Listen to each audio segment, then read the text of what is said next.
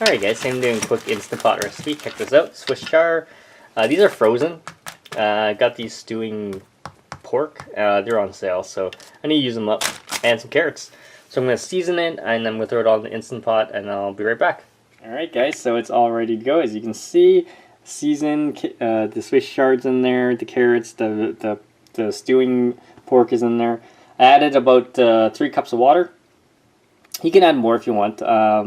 But then I'm going to eventually boil it down anyways. So I'm going to put the lid on, and then I'm going to hit the poultry button. Alright guys, I'll be back later. And I'll show you a quick taste test as well. Alright guys, it's all done as you can see.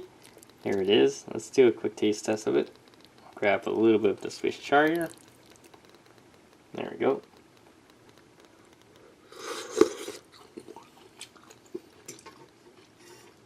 It's actually really good. The Swiss chard is nice and soft. You get a lot of aroma, a lot of flavor. The seasoning, I seasoned it pretty aggressively with like garlic, salt, pepper, some oregano. Actually turns out really good, guys. Definitely check it out. If you have any questions, comments, post below, subscribe to the channel.